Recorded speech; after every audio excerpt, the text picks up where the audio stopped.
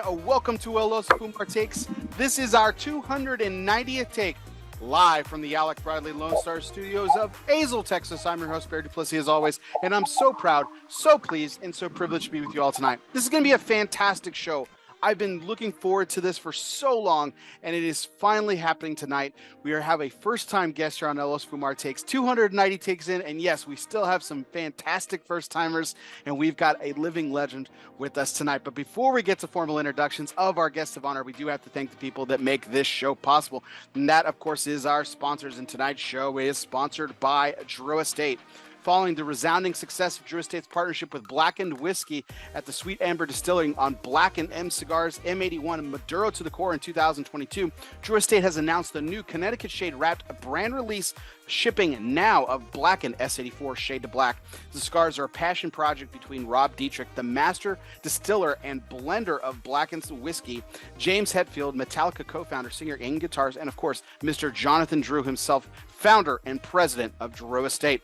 Hetfield and Dietrich worked closely with Drew, a friend of Dietrich's, for over a decade to create the perfect blend for the cigar. The Blackened S84 Shade to Black takes aficionados on a nuanced journey with its deliciously smooth and inviting blend wrapped in a luxurious Connecticut Ecuadorian cover leaf. The consumer experience for this expression is distinctly different from the original, while still retaining the foundational qualities of M81 due to the Connecticut River Valley broadleaf Maduro binder and Nicaraguan Maduro and Pennsylvania broadleaf Maduro filler leaves. So check out your Drew Diplomat retailer today for a new cigar from Drew Estate. Yes, it is the S84 Shade to Black by Blackened Cigars and Drew Estate. And if you are tuning in wherever you listen to podcasts, where our tonight's audio broadcast is always brought to you by Gran Habano Cigars. Yes, Gran Habano Cigars, honest, compassionate, great cigars. Be sure you download, subscribe, and review today wherever you're listening to podcasts, whether it be on Apple Podcasts, Spotify, Google Play, Podbean, or wherever you listen to podcasts. Tonight's audio broadcast is courtesy of our friends at Gran Habano Cigars. And without further ado, welcome everyone to our 290th take. It is my pleasure to introduce tonight's guest, sponsored by United Cigars. Smoke one today and start living united. Mr. Tim Ozgener of Oz Family Cigars. Tim, how are we doing tonight? Great. How are you, Bear? Thank you very much for having me on. It's my honor to be here with you. And I enjoyed sitting with you at the trade show and getting to know you. So thank you. It's an honor to be on. I appreciate you. The honor is mine, Tim. This has been a long time coming for me. I'm so glad that we finally were able to make this happen. Just a wonderful opportunity to sit and have a conversation. This is a real living history that we're going to experience tonight. I'm just pleased to kind of enjoy our conversation tonight and kind of go down a little bit of your history, your family's history, the origins, the beginnings, and then how we all got here to Oz Family Cigars, which of course we'll be smoking some here tonight. It looks like you've already lit up one, but as is customary here on my show, I allow my guest to choose my first cigar for me. So I've got a couple here cigars for you to choose from. I have a feeling you'll like at least. I have a feeling like all of them, but the choice is yours. I'm looking forward to it. So the first one I have here is a Oz Family Cigars Bosphorus. This is the B50. Mm-hmm. So I guess you would call it a Rothschild, perhaps. Okay. And then That's right. A box pressed Rothschild. And then I have the Oz Family Cigars Aramus, the A52, which is 5x52 Robusto.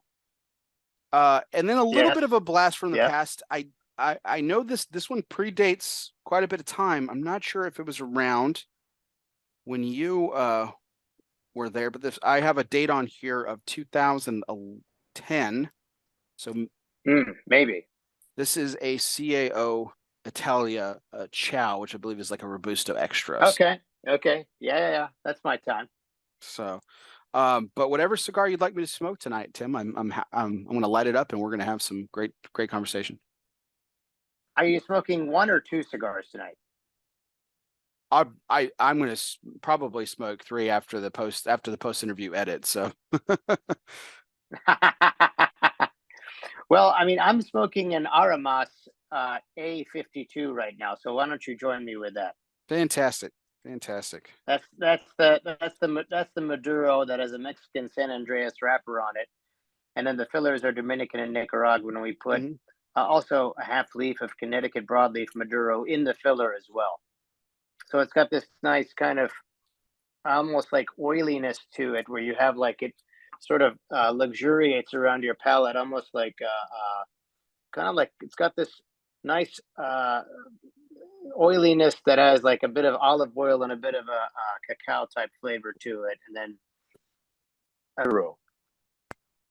Yeah, it's a really hearty blend with a lot of richness to it, just by the spec of it. So it was a cigar. This is I've I've smoked a few of these since the trade show back in July, and I would have to say you and Ernesto put together a really really unique blend here, and I'm really Mm-hmm. excited to smoke it with you.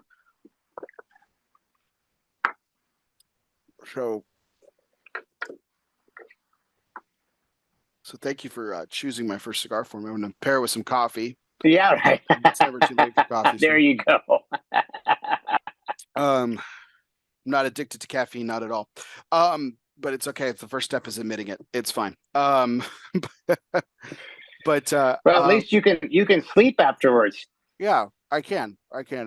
This is the final cup for the night though, so it'll be all right. So but I'm Tim. Again, it's just such a real pleasure to sit down with you. Thank you so much for the opportunity. And I mean, let's get right in it. Normally, I do some chit chat and small talk, but I'm too excited to get into the meat and potatoes here tonight. So without further ado, tonight's major point is always brought to you by Gran Habano Cigars.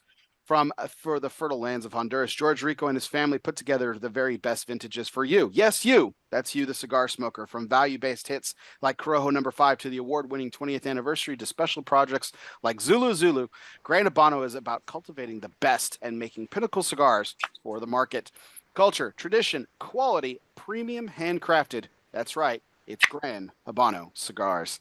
So, Tim, I want to go back with you. We're gonna take a couple of journeys back into the past, but I wanted to talk about Sure. you, because I think and we'll certainly talk about your incredible family and their contribution to the tobacco and premium cigar industries. But I wanted to talk a little bit about you because I think you have a very fascinating past to me, and I've read a couple of interviews that you've done, and I was just like, we got to bond on a couple of things here. But let's go back. So you grew up in Nashville, born and raised. So we talked about this a little bit before the show started. You Yes. went to the university high school for that feeds into In, Vanderbilt, right? yeah. University School of Nashville. Yeah, that's right.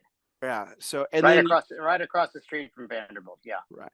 So then you go you dabble at a semester at the University of Denver, and Mm-hmm. then I think it was a semester, and then then you say no, I really you want to go full all into this theater business, and Uh-huh. you Yeah. go to the premier film and theater school in this country. I mean, arguably, but I would say it is University of Southern California. So how did you become a That's right. Trojan? Yeah. Yeah. Well, I actually got into in high school. I don't know. Somebody suggested I was doing well. I took like as an extracurricular like theater, and you had to memorize like monologues and perform monologues, and I think I naturally did well at that, and then the teacher encouraged me, and then I auditioned for a play, and I got into a play, and I enjoyed doing that because I saw some other friends do it, and I was like, well, if they can do it, I can do this too, and and I really enjoyed it. I enjoyed when you're on like some comedies and you have a reaction, getting people to laugh, and I always was really good at doing imitations of people. Mhm. And I do imitations of people in the cigar business too, which I know you know about, and Yeah. so I always liked making people laugh. I always thought that was a great way of um, really kind of getting to know people, bringing people together, and you brought like just for brief moments laughter to people and joy to people, and I always really liked that. So I found that you know being in plays or doing things on stage was like a vehicle where you could make more people laugh, I guess. And so when I was at Denver, I was there for a year, but that was a school that was more very strong at hotel, restaurant management, and business, and not as much of an emphasis on, acting or the dramatic arts. And Oh, so then I interesting. said to my dad, I said, "Look, I think I want to transfer to a school that is more robust and has more of a focus on theater and the dramatic arts." And there was his initial reaction is like, "Are you crazy? How can you make money doing that stuff? You cannot. Engineering, that is a field. Acting, I mean, what is it?" So, but then I said, "Okay, look, I'll make an agreement with you if I get into a school that is very competitive and has a really robust program in that and has a good history of graduates that come out of there. Then will you and I get into one of those schools? Will you support that path?" And then he said, "Well, I guess so. If that is the case, then you must have an iota of talent if you get into one of those. So, Mhm. okay." So then I had to go and audition for these schools. Yeah, I had to go and audition for these schools in Chicago because they all go to a hotel and they have different rooms that you go into. Like it might be like where they have conferences or like the ballroom area of a hotel, and different rooms will be different schools, and you have to go in and you have to do two monologues, one of them being classical, more like along the lines of a Shakespearean monologue, another one being contemporary. Then they evaluate you on the spot, and then they let you know a couple months that a program or not. So Okay. I auditioned for five schools, and one of them was Southern Cal, which had a really well-known program, and obviously in film and also in the dramatic arts. So when I got in there, then my dad was like, "Okay, well, I guess I have to support you now." So that's how I ended up transferring after my freshman year at University of Denver to USC. I don't want to step. We're going to talk about this later. I don't want to step on your father's and yours philanthropic work in the arts. We're going to get there. But did you by this kind of, I guess, revolt or mini revolution in the family, your father being the engineer, everything, did you bring the arts to the Ozgener family? Is this you, or was this something, a Yeah, passionate that your father got in later in life? Because I know he was a painter and he liked to do things like that. right, right, right. Yeah, so that happened with him after we got out of CAO. He sort of explored his artistic side more, but he and I had and my sister as well had a really unique working relationship with one another. Where my sister, bright, charming personality, and she was very talented at sales. So she was sort of leading our sales force and our sales initiatives. My father being the engineer, mechanical pencil, mechanical ruler, underlining everything, looking at numbers, and then myself being more focused on the creative side of the business relative to like observing what people are reacting to when they're smoking things, what's exciting them, and then how do you sort of translate that blend through packaging into something, Right. was something that I kind of gravitated to, or it naturally drifted in that direction. That's So awesome. it ended up in retrospect being a really interesting relationship, and then we built a great team around us eventually too. And so all of that, you don't realize it when it's happening a lot of the times, but when you Mhm. look back on it, then you can really appreciate it and understand that it's not so easy to build a really good team around you. Once you have things going, then in a good direction, then certainly you want to keep it going. Um, in a lot of different things in life, whether it's in the cigar business or outside of the cigar business. Like I live in Nashville, and I was born and raised in Nashville, and I remember growing up here that there wasn't much happening in Nashville as a city. I mean, it was a city most people, they were like, okay, dreaming of leaving Nashville.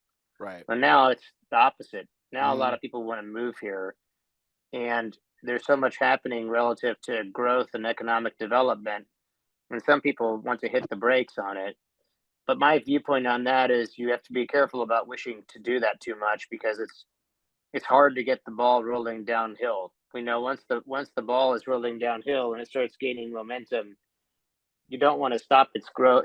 You don't want to stop that too much, because then the other option is what? You're either standing still or going backwards.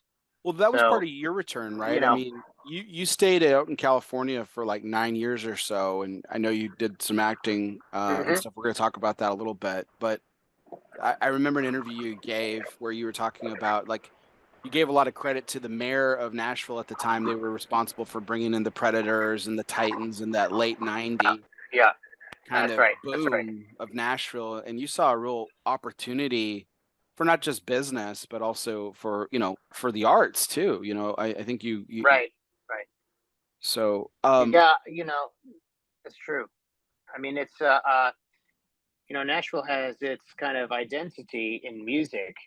Um, actually, the Fisk Jubilee Singers, which is an HBCU that is here, really kind of started by traveling internationally and getting an international reputation for having, amazing uh, choir of singers. oh wow.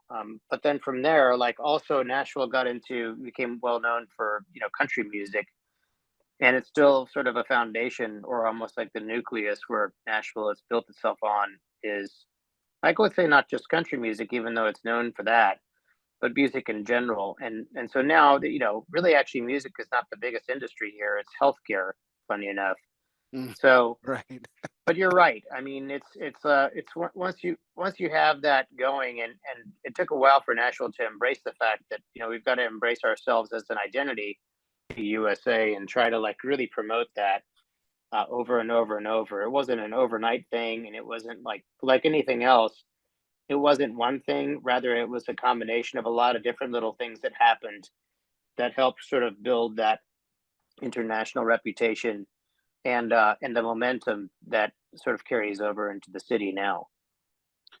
Yeah, well, going back to like your inspiration to go into like the arts and stuff. I remember reading, and this was really exciting for me because I think he's one of the most underrated performers in Hollywood. But I think you saw a performance of John Malkovich in Burn This, if I'm not mistaken, Yeah, that's and right. That's and right. it was a pretty. Very good. That's a, I mean that's a. I mean at the time I don't know when you actually got to see it because I know like and I think it came onto the scene in the late '80s, and I don't want to. hmm I don't know if that's when you saw the first production of it, but like I mean that was a pretty edgy performance and musical at the time, or not musical rather, excuse me, play at Yeah, the time. Um play. but I love John Malkovich. Do you like him in film too, or is it mostly on Yeah. stage where you were really captivated by him? No, I mean, I was captivated by him and his performance. You're right. In Burn This on I saw him in New York, and I thought it was just a really kind of magnetic type of a performance. And certainly he has a unique delivery, which I think contributes to that uniqueness of that performance. But yeah, that was kind of an inspirational moment for me to see that. And uh and and that kind of did, it's funny, a lot of times when you look back on your life, you might remember a great movie that you saw or a great song that you heard at the right time, and it sort of had an impact on your life. There are a lot of things, via the arts, that help inspire us or bring us together, or maybe change the way that we look at things. And that's part of what led my father and I, and my family, to want to convert our warehouse from what was CAO headquarters into Oz Arts Nashville, which is, in essence, a 10,000 square foot black box theater where we bring in seating banks and we have trusses and lights, and we're bringing in performers from all over the world and also locally, like, Hmm. inspired by, we saw, in Miami, for example, the Wynwood area transform warehouses into exciting contemporary art spaces. And then Art Basel, which was a contemporary arts fair that happens there, inspired us. And other places that were warehouses, Hmm. in areas that were, depressed or underutilized areas, such as like in Brooklyn, or maybe in downtown Los Angeles, that had been converted into art centers. So we said, why not Nashville? It's a nonprofit venture, so it's a new business, but it's a whether it's nonprofit or for profit, it's a business, but it's just the model. The revenue models of it are different, whether it's a for profit or a nonprofit. And with nonprofit, you're trying to, in this case, show the value of what you're bringing to people. You're bringing in the type of arts and artists that typically may not come to your city or your region. And also the model is that maybe 30% of your 30% goes towards is ticket sales. So you have to raise the remaining revenue of it from fundraisers and government grants and patrons and corporate sponsors. So it took us a little bit to gear shift and get used to that model, and then to try to make that model successful. And look, we're still working on it now. I mean, we have an artistic director and executive director that has 35 years experience. He's running Ozarts basically. Talking about I'm Murphy, still very right? much Mark Murphy. Yeah, but I'm still very much involved in Ozarts, but I tend to focus on where I can bring the most value, which is in specifically our fundraisers and other fundraising activities. That's awesome. Or just being general spokesperson for the organization as well. You talked about the design of the facilities and stuff, and I remember you were talking. You'd mentioned in another time, I believe it was another interview. You were talking about how the specific model you were going to is kind of designed after BAM, which is in Brooklyn, right? Mm-hmm. So that's right. Yeah, our programming is very similar to BAM's programming, although BAM is now a big kind of arts campus with different buildings and different art genres that are in different parts of that.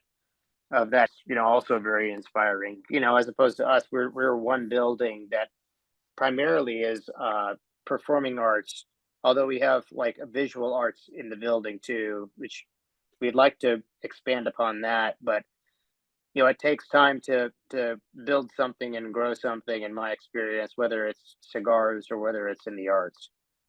What are some household names that have come out of Ozarts? I know you dabble in all kinds of arts and stuff. Mm-hmm. Yeah, well, we had Philip Glass perform over there. We've had Laurie Anderson perform there. We had Renee Fleming, even though Renee Fleming is an opera star. She came and did a special one night performance at our facilities.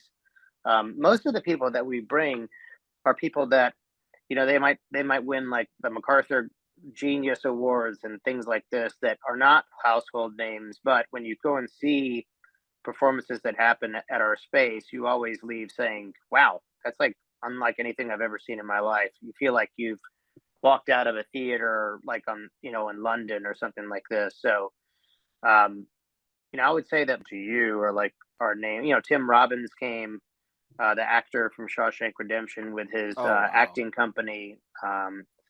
So we've had some really kind of cool people that have performed there, but most of the ones that we bring are people that are more like the younger artists that are creating works right now, but they're not in the mainstream. They're more specific to certain genres. So every month the genre changes. One month could be dance, the next month it could be theater, the next month it could be music. So that's kind of the model. That's awesome. I threw the link to in the chat. So normally we do this a little bit later in the show, Tim, but our conversation's already taken us there. I do a charity segment on this show where I feature a charity or nonprofit of my guest choosing. And even though we didn't really talk about it beforehand, this was kind of the natural one that we were going to gravitate towards anyway, because it's just such a part of your family. But this is an incredible organization. Tim's talked a little bit about it already, but I threw the link in the chat, guys. It'll be in the show notes. If you guys feel called, if you guys support the arts, everyone should support the arts.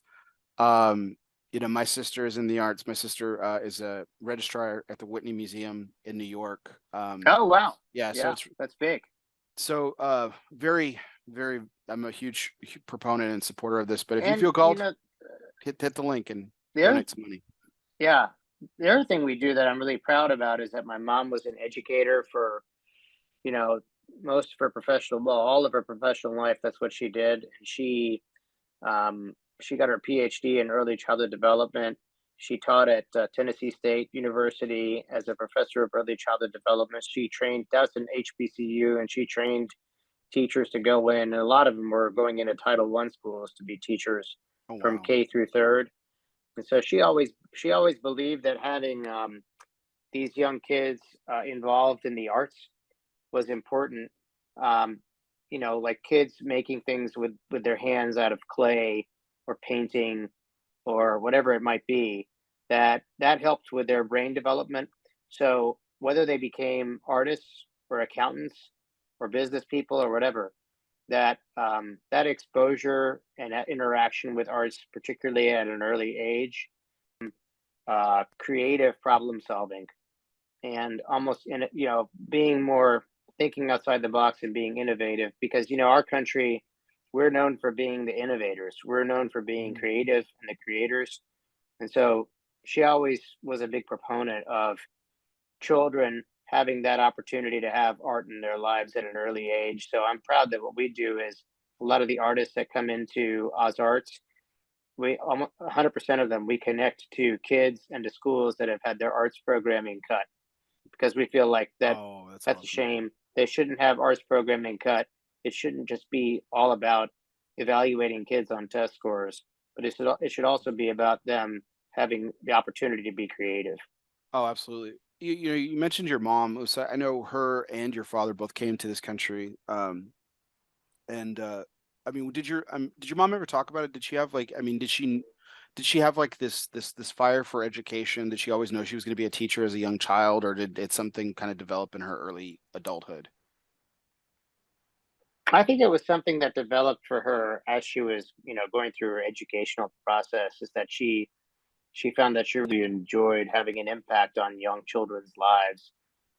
So I think that she gravitated to it, and she could see, oftentimes, I mean, like, I'm in our downtown Rotary group in Nashville, and they help connect Rotarians with different charities, and one of them is a charity called Bookem, where you get to select books, go in and read to kids that are, like, a lot of them are inner city kids in, like, the poorest schools, Oh that wow. maybe they don't have a father figure, a lot of them, and you actually read to them. So since I'm good with doing voices, I'll, like, read to them and put on different voices, Oh man, and that's then awesome. after you read to them, you bring in, like, four different types of books that they get to take home with them, so that they can, like, read or have somebody hopefully read to them at home when they do that. So I feel like my mother also experienced something like this that turned her on to wanting to make an impact in young kids' lives, by teaching them and training teachers to go and be able to, like, help these young kids.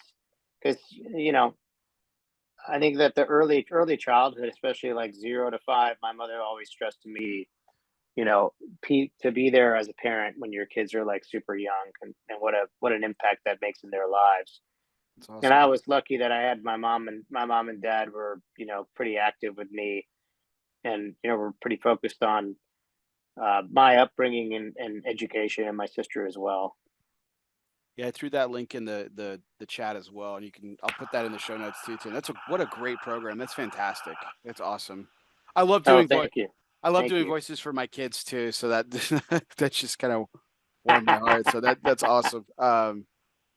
It's Yeah, yeah, that's one of my favorite things that I did when I was I have two boys that are now, like, older, but when they were younger, that was, like, to me, like, the thing I looked most forward to was reading to them before their bedtime, reading books yeah. and doing the different voices. So Oh yeah. so hopefully they appreciated that too. I think Nice. so. Nice. Nice. Maybe they'll maybe one day when if they're blessed enough to have kids, they'll carry on that tradition a little bit. So uh Mm, I know we're going back and forth here. I really wanted to kind of bond on this John Malkovich thing, and I know you answered it really uniquely to another question too that I thought was really cool. Someone once asked you if who would play you in a film, and you said Robert Downey Jr., mm. who I happen to who I also happen to love. I think I think John Malkovich specifically. I know Downey Jr. is obviously gained a lot of fame with the whole Iron Man and the MCU and all this other stuff. But I mean, there's just so many roles that he's done that I've really been loved. But going back to Malkovich though, like what's your favorite role that he's ever done? Well, obviously, the one that you mentioned is the one that I thought was, really stood out. But I mean, gosh, he's been in so many different films now. But I still think, to your point, that I thought that performance that he had in that Broadway show, "Burn This," was so great and so impactful to me. That would probably be my favorite role I've seen him in. And but beyond that, I mean, he's been in a lot of different films, and I mean, most of the time when he's in a film, he does a great job. So Yeah, I'm like I guess I'm like a fan of his in a lot of different works that he's done. Although I haven't seen him recently, I'm not sure. Do you know what I mean? Like hmm recently, what I might have seen him in that he's done. he's been a character actor in some films. Like he's got these unique, like these, they kind of bring him in kind of in these supporting roles too. He adds like comic relief in the Bruce Willis film Red and Red 2. He's a really funny character Yeah. in that. One of my favorite performances that he ever did was Burn After Reading, which is a very satirical, like Ah, like comedy, very dry. It's George Clooney, him, and Tilda Swinton is I in it. haven't seen that. It's real. I I have to see that. I haven't seen it. Yeah. It's not for everybody, Tim. I got to be honest with you. A lot of people think you really like that Yeah. film, and I'm like, yeah, I really do. I thought it was hilarious, and it's Brad Pitt's hilarious in it. He's also in it, and he's just oh god, Oh wow. he's Good cast. fantastic. Yeah, no, it's a really great cast.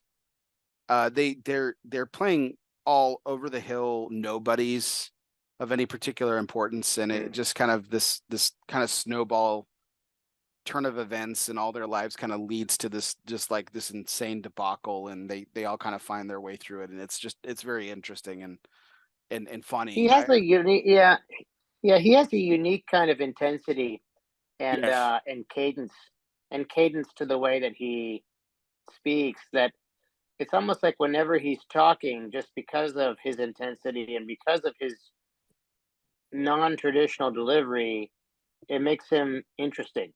You Yeah. kind of like have to pay attention. You have to pay attention to him because he's in an odd way a bit of an unpredictable personality. Oh, The way thousand that percent. he kind of performs, so that makes him automatically askew and interesting. Well, the first thing I ever saw him in was In the Line of Fire, where he plays the would-be assassin to Yeah, Clint. he That's he was epic. very good, and I think he was nominated for an Oscar for that, I Yeah, believe. he was epically good. That was and it was he was terrifying. And like I Yeah, saw it as a young kid. yeah. My dad and I watched John Wayne and Clint Eastwood films. Like that was our thing. And like he was like, "Oh, Clint Eastwood, how bad it can be. I've seen the good, bad, and ugly, and all this other stuff. The Outlaw Josey Wills." And when he rented the In Line of Fire, he didn't think that there were going to be that many f bombs and a psychotic guy played by John Malkovich and stuff. So in hindsight, he probably didn't want to show it to me at the time, but it was just it was a very it was the first thing I'd ever seen him in. It was a very memorable performance, and like for after that, it Hmm. was always like I associated with that. And then not long after that, I saw him in Con Air, where he plays another psychopath, and it's just it just kind of that's all you kind of saw him as. But as I've kind of grown in film watching and seeing him in so many films and everything, he's an incredible actor. And he's not particularly handsome, so he's never a leading man quality. No. And but he has just this, like you said, he's this very natural intensity about him where it doesn't matter what character he's playing, it's worth watching. So good stuff. Yeah, yeah. No, you're right. And also there was that really surreal movie that he was in that got a lot of attention. That was almost like what was it called? I'm forgetting the name. Something of the mind. When it was like almost like you're in a dreamlike state. I forgot the name of the movie. It Not was a pretty famous movie though that he was Mulholland in. Falls, or that's not right. Which one? Mulholland Falls. No, no. No. Let's see. John Malkovich movies. I can look it up now and see which one it was. It was one that he did early on. It might have been like right after the Clint Eastwood one that he did it. And it That's was cool. a really kind of it was a really kind of strange um it was a strange kind of surreal movie that he was in. I'll look it up and see what it was. Of course, he did Rounders too, which Rounders was Rounders great. was a Rounders he was really good in. Um, Um, he played Kurtz in a TV movie of Heart of Darkness, which was really good. I remember watching that. But The oh, Covenant. maybe it was Being John Malkovich. Oh yeah, yeah, Do you remember that? yeah. It was quintessential. I Yeah, think that might have been that was like a Spike Jones movie. Maybe that was it. Maybe it was Being John Malkovich. But it was yeah, surrealist fantasy comedy drama film directed by Spike Spike Jones, Jones. and Yeah, it also it also had John Cusack in it and yeah, and Cameron Cameron Diaz. I Diaz. remember there was a and Catherine Keener. I remember that was it. Yeah, Catherine Keener and John Malkovich. It was Being John Malkovich. That was a really strange movie, but I mean, yeah, I think it was like, you know, it was memorable because that was also like strange like him. yes, very much so, very much so. But yeah, I thought he was great. But like a couple of his recent performances and stuff. Like I know you do accents and impressions really well, but he had a horrible Brooklyn accent in Knockaround Guys, which was a kind of a it was like a young kind of gangster film that had some up and coming Hollywood guys as the main guys, and he was supposed to be the evil uncle, and he was supposed to be from this guy from Brooklyn and stuff, and it just was awful accent. But he does a very good Southern accent in Deepwater Horizon, the retelling of Oh, he does. the BP oil spill that happened in Mm. 12. He's a character in that too. So, but yeah, no, he's an incredible character actor. The Robert Downey Jr. Pick for who would play you, I thought was interesting as well too. What's it about his style that you really like? I mean, he's incredibly talented, so I mean, it's not like it was a bad choice or anything. So, Yeah, I like his spontaneity and humor for mm-hmm. him. You know, I think he's spontaneous. He's interesting too. He's quirky. Um, he's got a sharp wit and can Mm-hmm. turn on a dime, and he's got a good kind of sense of humor and approach. I mean, that might have been a while back that I might have given that answer. He has more hair than me, so Well, I think you I don't commented on know. that. But I think you said he I has to shave always, his head. So I think you even said that in the interview. So, yeah, yeah. But I appreciate his energy. mm-hmm. That's one thing is that like when I get fired up, I have like a lot of energy. So I mean, like I appreciated his energetic approach to things and thing. He's an interesting person too. So, since speaking of IMDb, I looked up, John Malkovich and just a couple of other things, but I did this on a whim. I went ahead and put your name in because I know you've done some acting and some comedic work. Is this you? There was a short, a movie short called The Bill Collector, and Yeah, and yeah. another short called The I did Fate it. Escape, where Tim Ozgener plays a Will in The Bill Collector, and he plays Cousin Rafi in The Fate Escape. Was that you, or did I just? Oh my God, yeah. I don't even know if the Fate Escape. I mean, yeah. So that was a movie. I'm not even sure if that ever. I went and did something in Vancouver where I was playing this Armenian brother. But that was so. That was such an improvisational thing. I never thought that would be made into anything. There was a That's guy funny. in LA that was in Nashville at the time that did it, and I mean, I remember I even had to play like a young Hitler in a movie called Shatterhand. That was a short. That was a black and white thing. And I mean, I don't know. I mean, Wow. I found myself really doing more, doing more theater, and then like I did a few like random shorts. But then, I fell in. It was like a pretty much full time type thing. Although somebody suggested I do stand up comedy because I was doing improv comedy, and then I found I actually crafted a pretty good routine doing stand up, and I did that for a bit, and Right. that's one of those things that you have to like do, and people either laugh or they don't, Mhm. and most of the time, like like 80-90% people would laugh. So I was like, okay, I must be doing something right because I'm getting a reaction from people and they're laughing. If it's a crowd that's the right crowd, and I would just talk about being born and raised Turkish Armenian in Nashville, Tennessee, and imitate my dad and mom and all this kind of stuff, and talk about, you know, especially utilizing my father's like immigrant kind of approach to things, it's just, I think a lot of people could relate to that. I could have kind of grown upon that, or expanded upon that more, but then I found myself getting into the cigar business, and that became a full-time gig. Yeah, we'll jump into your family here, but But it's still like it still is, yeah. But it still is good because all of that experience, taught me fine with speaking in front of people. I'm fine with communicating with people. I, understand that I learned that all the best actors are the ones that listen and respond. So I try to listen and respond to like the consumer and the customer. So there were a lot of things that actually came in handy in the cigar business. So I look at, sometimes you look back on things and you're like, why did I go through that? And it's like things happen for a reason. You just go with it.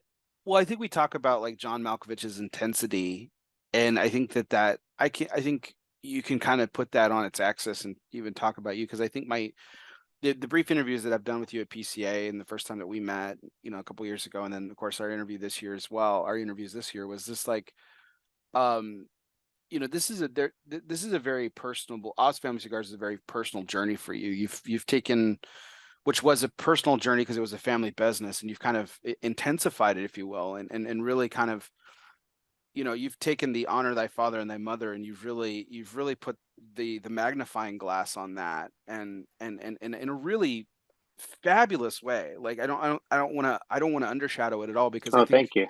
that there is a really delightful intensity with it. And I was listening to an interview that you gave at your first PCA back, where I kudos to the interviewer. I mean, he came around on it, but it was almost kind of an assault. And I use that term lightly because he wasn't meaning anything personal by it, but he was like, do you get offended if someone doesn't understand, doesn't buy into this personal investment that you've put into the product, into the everything? And you were like, no, if they want to smoke the cigar, just smoke the cigar, but like we're going to tell them the story along the way. And I thought that was really, I thought it was a really important question, but I thought it was also for a very genuine answer that you gave too as well, which was, realistic approach to us. So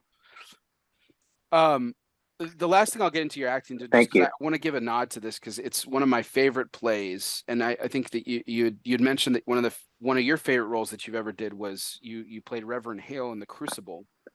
Was that at USC, or was that after college? Yeah, that was at USC, and this theater in the middle of the campus, a big theater called the Bing Theater. It's still there. But I mean, for the main stage shows, it's very competitive. You have everybody in the entire school that wants to be in those. So that's awesome. That was towards my senior year, and being in that show was great. It was fun to do it, and it was it was an intense experience to do it. But that's a really iconic play, The Crucible, kind of a heavy play. So very much so. So that was a role that typically that wasn't. I like doing more comedic stuff. I was gonna say you didn't do that one for the laughs. It was still fun to do. Yeah, you didn't do that one for the laughs, for sure. No, he didn't do that one. We didn't do that one for the laughs, but it was definitely memorable and fun to do. Your portrayals of your father, just to now go into your family history a little bit. You always give these impressions of your father, and whether it's when you were growing up or even in business, and he always has these delightful asides that you imitate and everything. Would you characterize him as a humorous man, or was he very much like you describe him as this very by the numbers engineer, type man? Was he like that, or did he have a very good sense of humor like you? No, yeah, he had a very good sense of humor. He sort of balanced that engineering approach. I mean, that was his kind of foundation, And then, his delivery, the way that he dealt with people, his kind of philosophy on life. I mean, it was very, you know, some people call him the little Buddha, because he had this sort of wisdom to him, and he was like he was a short guy, shorter than me. I'm short too, but he was really great. I mean, he could turn on the charm and be a very memorable, kind, open-hearted, caring man, thoughtful man that I think, if you would allow him to, he would make a really positive impact on your life. And he had a bit of a philosophical approach to him, and so I think that he really moved people in really wonderful ways. So I would say that he had that engineering approach and background just because but he was also very personable, a man who loved people, and I think that rubbed off on people, and he was a genuine guy too. So I think Mhm. people could really tell that about him. Well, as I was kind of coming into cigars and started smoking cigars in the early 2000s and everything like that, late 90s, early 2000s, like was kind of characterized as the heyday of CAO, and that was when you kind of came back, to Nashville and got back into the family business and Hmm. everything. So, um, what I found was really interesting when I started deep diving into like who are all these people and what are all these cigars about and everything. What I've found, and even to this day, I think, and I think you'll agree with this, is that there's this kind of irreverence around your father and his memory. Um, you know, Mm. very much, not akin, I would say, to the likes of like Carlos Fuentes Sr. or Jose Orlando Padron. That was a different type of reverence. I think, like to your point, like your father was very personable. Not that those men weren't. I think those were very Yeah. but I think there was a lot more of approachability with your father, and I think that's why so many people still hold him in such high regard, and the memories that are spoken of him are very much personal tales. Like we hear like Carlito and George talk about their dads, and those are wonderful memories, of course, and they're beautiful stories. But I think your father had a way of doing that with so many people, not just his kin. I mean, would you kind of agree with that about your dad, at Yeah, it's least? interesting. Yeah, I was talking to a friend of mine, Craig Cass, who has he and his family have a long history of being in the cigar business. They have a store, Tinderbox Charlotte, and I didn't realize this. Craig has always a really kind of analytical and interesting way of looking at things and brings up stuff that you don't realize. But he said, you guys actually reinvented yourself like three times. You started off as a pipe company Hmm. my dad started CAO in 1968 part-time, and then got into it full-time in like 77, and then we became a humidor company primarily in the early 90s, from like 90 to 90, let's say 96. And then we got into cigars in 1994, but we really didn't start until 1998, because the first cigars we came out with, it took us a while to find kind of find our footing there. Hmm. Um, so I think because of all of that, all along the way, you're forming these relationships, Sure. with retailers, relationships with consumers. I have some events of my dad doing in-store events with pipes, for example. There's a store called the Boston Stoker in Ohio that I have photos of him. Somebody sent to me of him doing an in-store event around meerschaum pipes back in Hmm. those days, and then getting into cigars. So I don't know if there's anybody else in this business that had to reinvent themselves completely with three different businesses within our sector, uh, like we did. And that didn't really occur to me until Craig brought it up to me recently, in front of his son. He was like, these guys actually had to reinvent themselves three different times.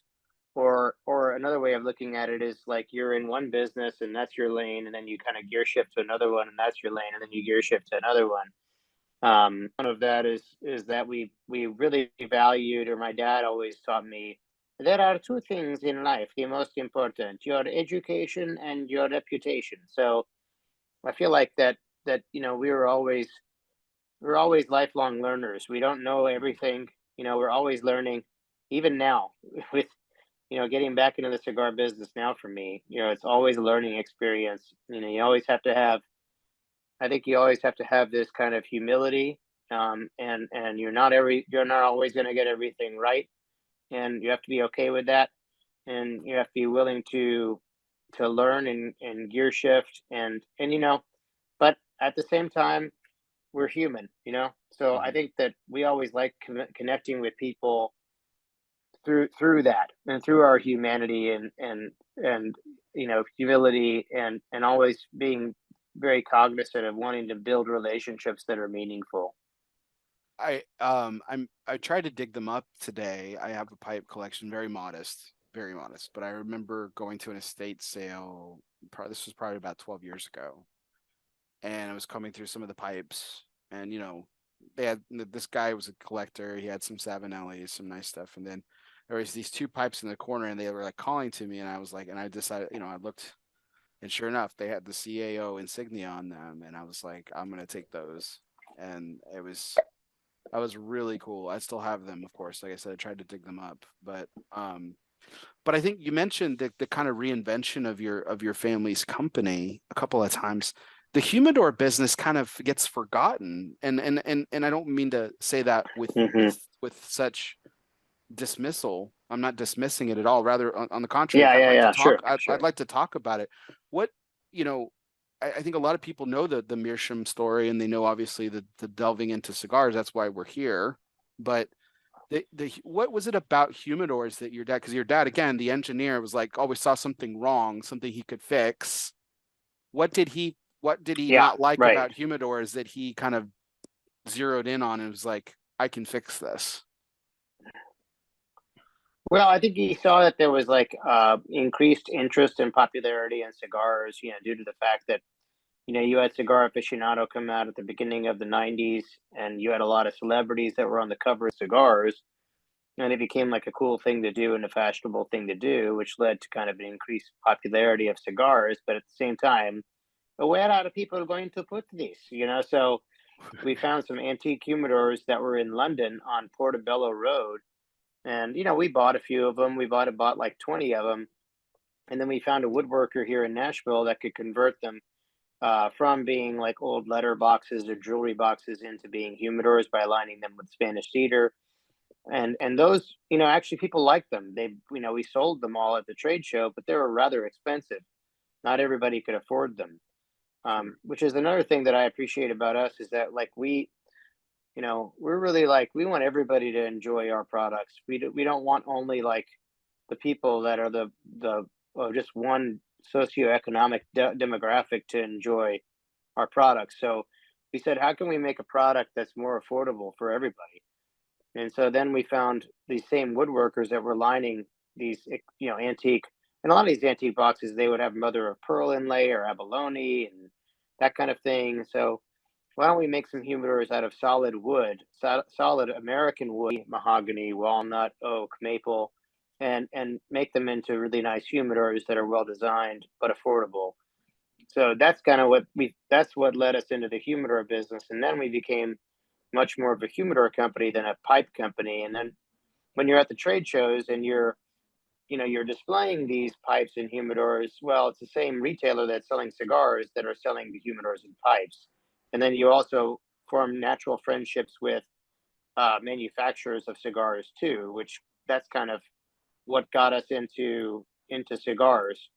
By that time we had a really nice reputation on coming up with quality products, and so that's kind of what led into us getting into the cigar field. Is Right. is through through the nice reputation that we built and the nice relationships that we built um, on the previous two businesses. Nice. Yeah, let's. We want to get into that transition here, but I want to take a break here and for one of our fun segments, which is always brought to you by United Cigars, this is our presidential trivia segment, Tim. So don't worry, it's multiple choice. We're not going to take you too back far back to school, but I always relate this to my guest in some way. So, but this is our United Cigar presidential trivia segment, which is always brought to you by United Cigars, featuring La Giana Havana, distributors of Jose Dominguez, Bandolero, Garofalo, the Firecracker, the highly acclaimed Atabey and Byron line, and now Alfonso lines from Selected Tobacco. Smoke one today and start living united. So born and raised in Tennessee. There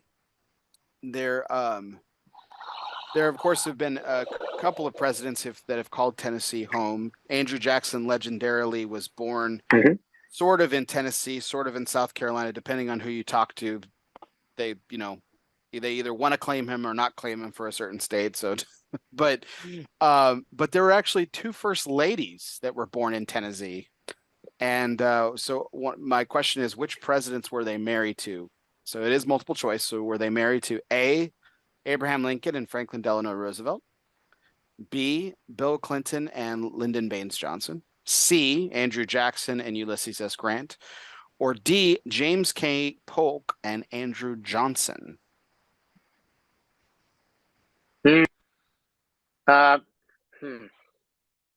Repeat C and D again. C is Andrew Jackson and Ulysses S. Grant, and D is James K. Polk and Andrew Johnson. I will guess D. And that is correct. That is correct. Okay. And the reason I say that is, I mean, obviously Andrew Jackson, I figured, I don't know. I wasn't sure, but I thought that Ulysses S. Grant, certainly his wife was probably not from Tennessee. That's why I guessed D. Because I know that Polk was a Tennessee, and then who was the other one that was after Johnson, Polk that you mentioned? Andrew Johnson. So Johnson. Andrew Johnson. Yeah, he was born in North Carolina, but Andrew Johnson.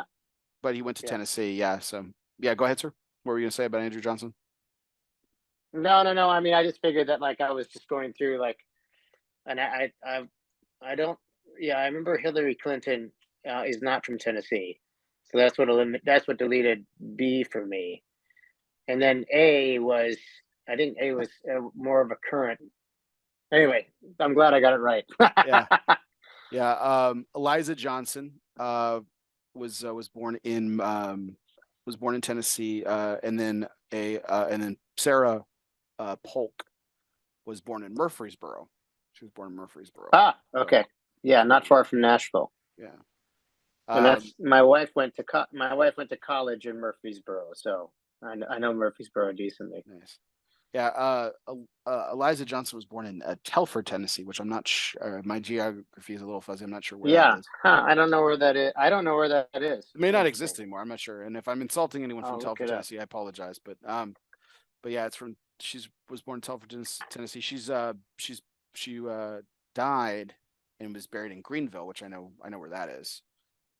Greenville, Tennessee. So yeah. But yeah. Greenville, Tennessee. Okay. Yeah. I mean, Andrew Johnson and his wife, obviously were I guess they were childhood sweethearts. Again, Johnson grew up in Tennessee, even though he was born in North Carolina, and of course was man, what a troubled presidency he had. He was a Unionist from the South, the only Southerner to stay in the Senate during the whole Civil War. And then, of course, Lincoln puts him on the ticket for the his second run, which is pretty, at the time, was pretty status quo for Lincoln. He had a great habit of picking people who disagreed with him and were kind of the stark opposite of him to work with him. His cabinet was full of Democrats and people who were very different than him. Even his bitter rival, Seward, was his Secretary of State, and they became really great friends, actually, which is always interesting. I talked about that last show, but yeah. And Telford, Tennessee is in East Tennessee, almost right near the border of North Carolina. Okay, there you go. I'm looking at it on the map. I mean, it's 4 hours and 11 minutes from where I am now, but that's interesting.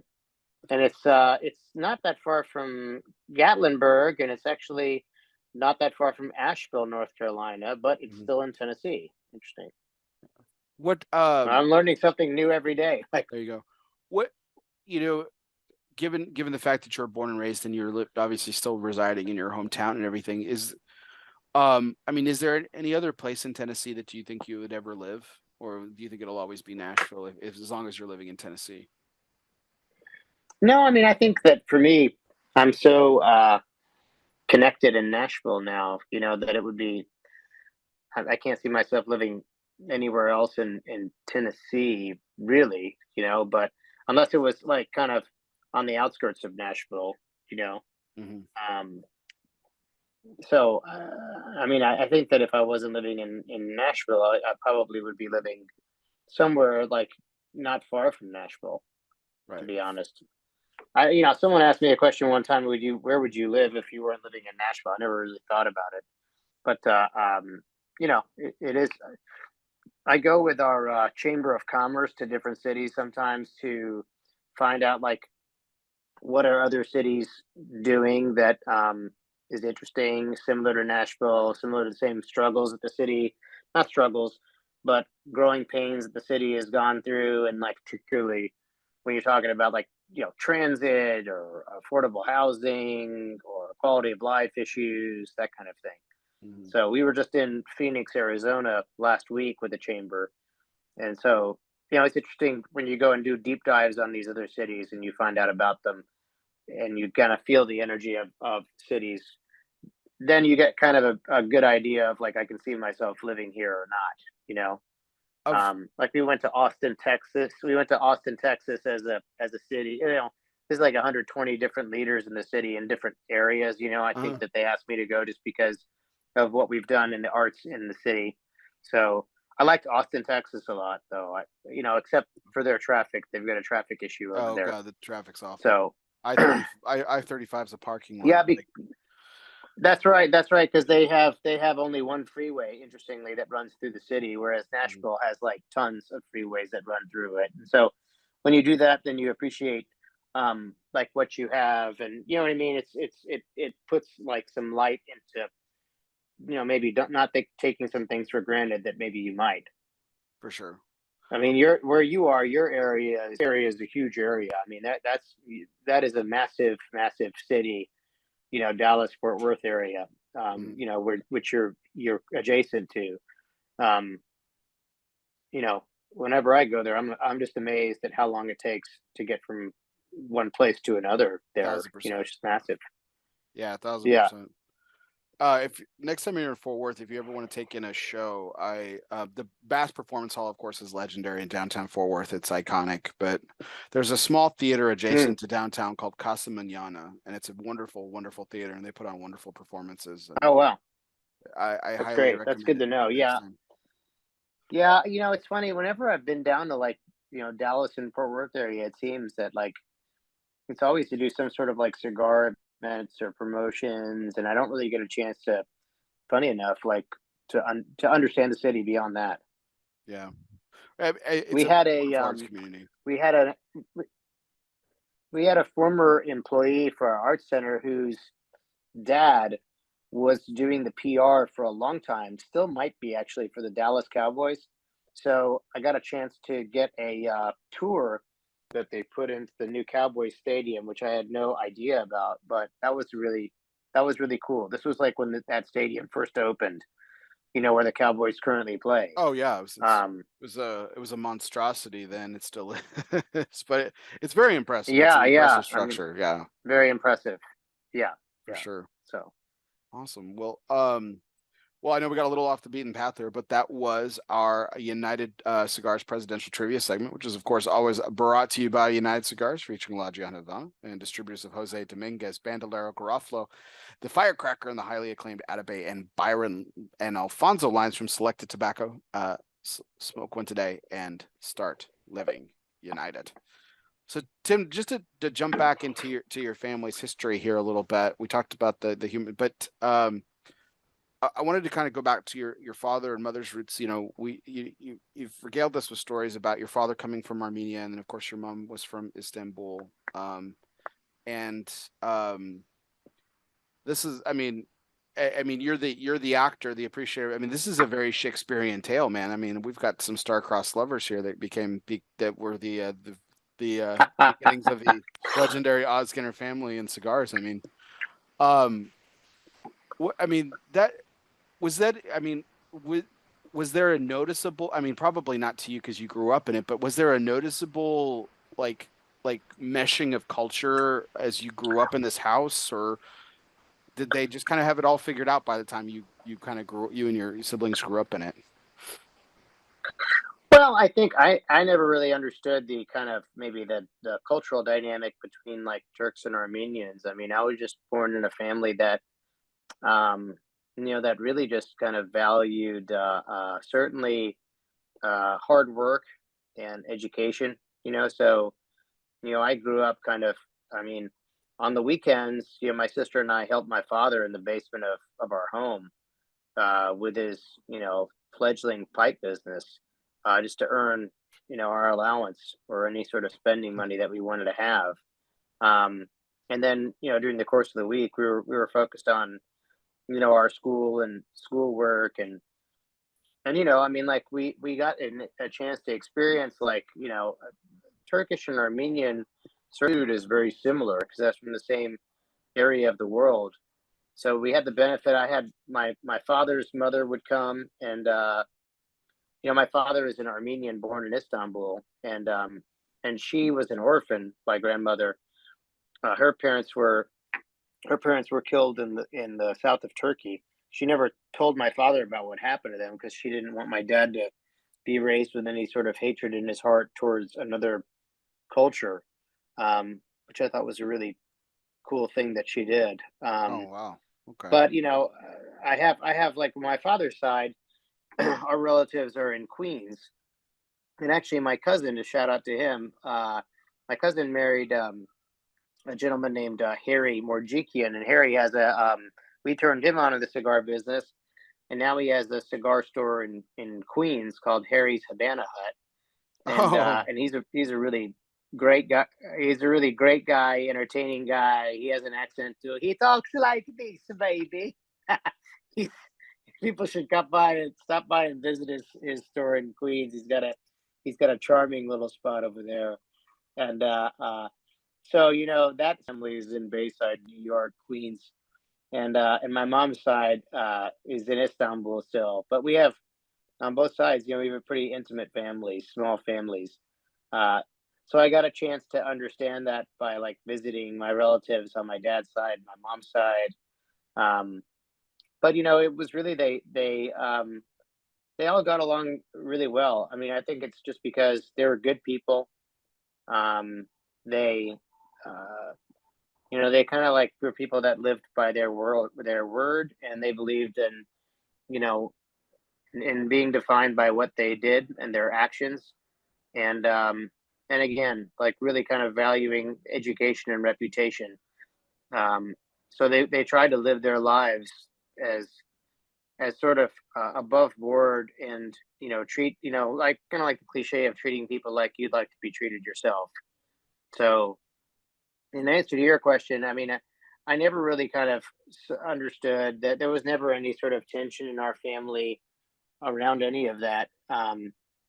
It was just sort of when I told the story of like their backgrounds, people were like, "Oh wow, that's kind of amazing that they hung like they did." So I think they were able to do that, and that they were big fans and appreciators of United States.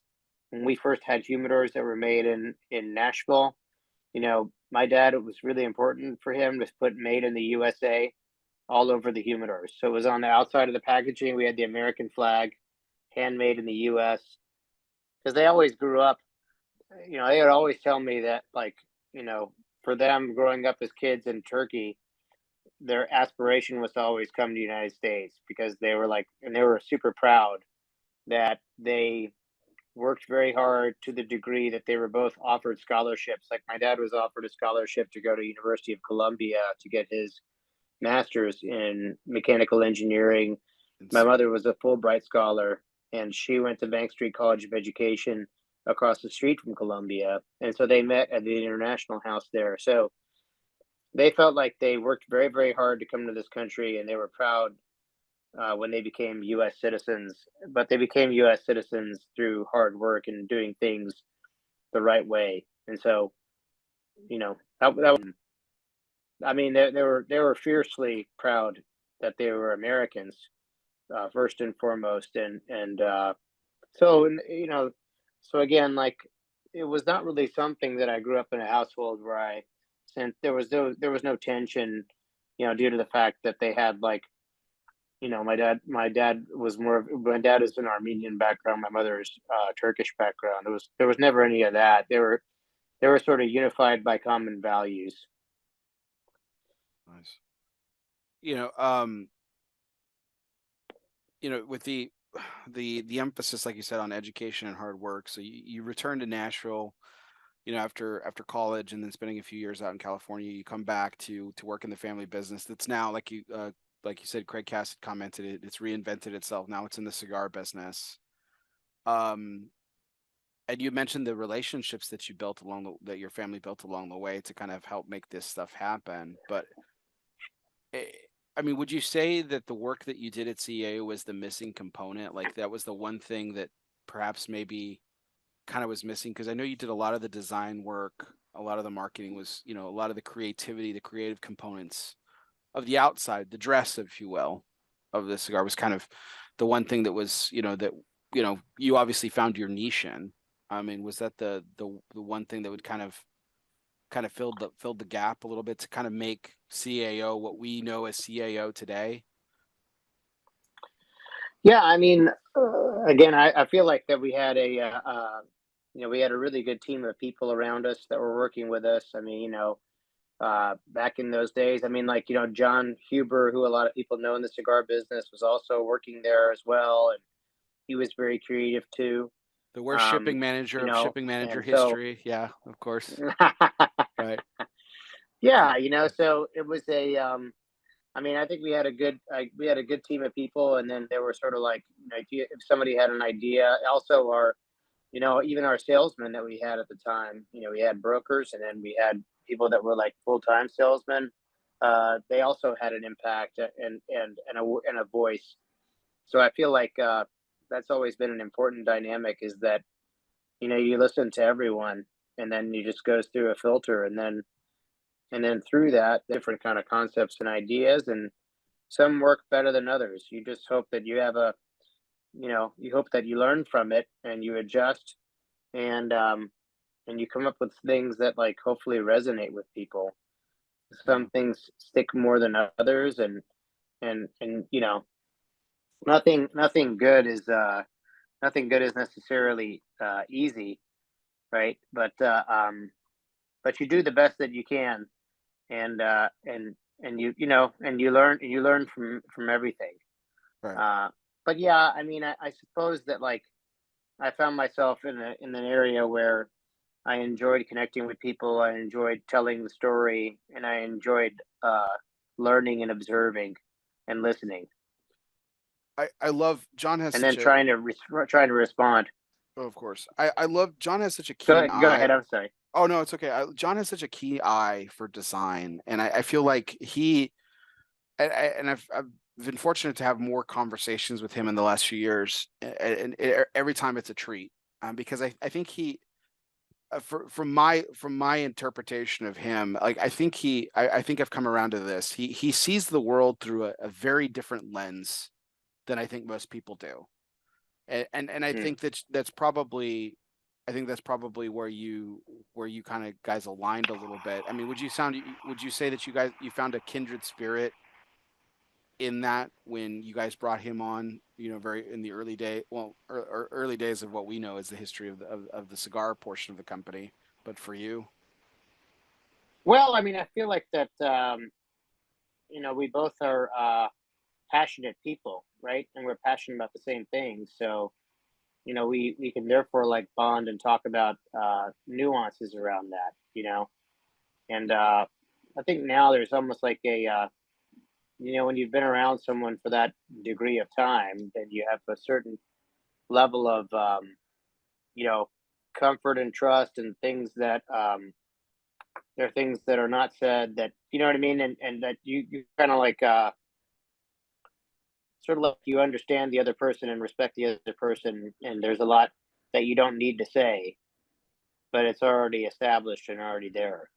Yeah. Um, so I feel like that, I could say that, that John and a guy like, John Huber or Adam Shepard, who's kind of our behind the scenes guy, who in essence is our CFO and COO of the company. It's a small business.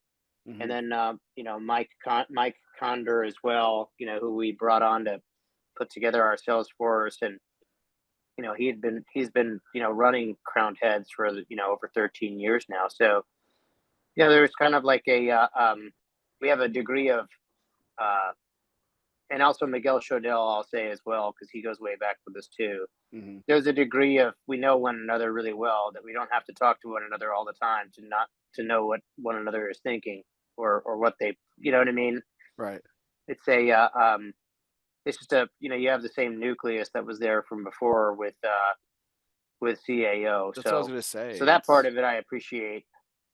It's got to be cool to see, like, I think there's kind of two sides that you get to see, which is really I find really fascinating from your perspective. You come back to the cigar industry with Oz Family Cigars, and a lot of things haven't changed. Miguel's there, John's there, Mike's there. You have Hmm. like you said, this nucleus, and then there's other folks.